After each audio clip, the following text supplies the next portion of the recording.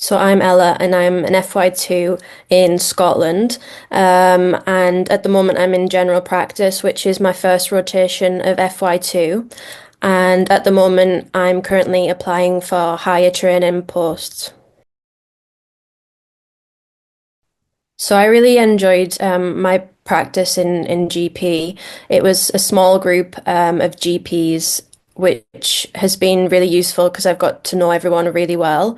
I do a mixture of kind of consults and home visits, which has been nice, and it's just been good to get more knowledge and confidence in the world of general practice. I'm currently applying to higher training, which obviously involves quite a strong application process. So I've done a range of courses. One being the communication course with Oxford Medical, and more recently I've done the teaching the teacher course, both which have helped get experience for applications. So I completed the Teach the Teacher course, which gave me a lot of, good examples of things that I could use when I was teaching. At the kind of level of F2, I tend to teach medical students and other FY1 doctors, and mainly case-based discussion type scenarios.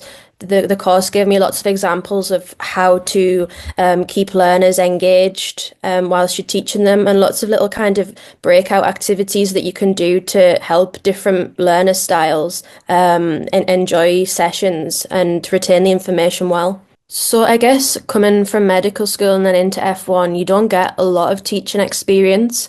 And the course really helped with, discussing what to do when things do go wrong. I think in the past I probably would have froze up and been, a bit scared and kind of gone into my shell, but we got lots of good kind of examples of things you can do to buy yourself time and different activities that you can have in your back pocket. Yeah, so I guess I think a lot of people kind of maybe do the Oxford medical courses to get points for applications. And obviously that is a very important part of training and the application process. But I actually think that the course is a bit more than that. Um, going into interviews, you need to be able to give examples of teaching experiences. And by doing the course, I now feel much more confident, putting myself forward for those teaching things, whether it be medical students or other doctors.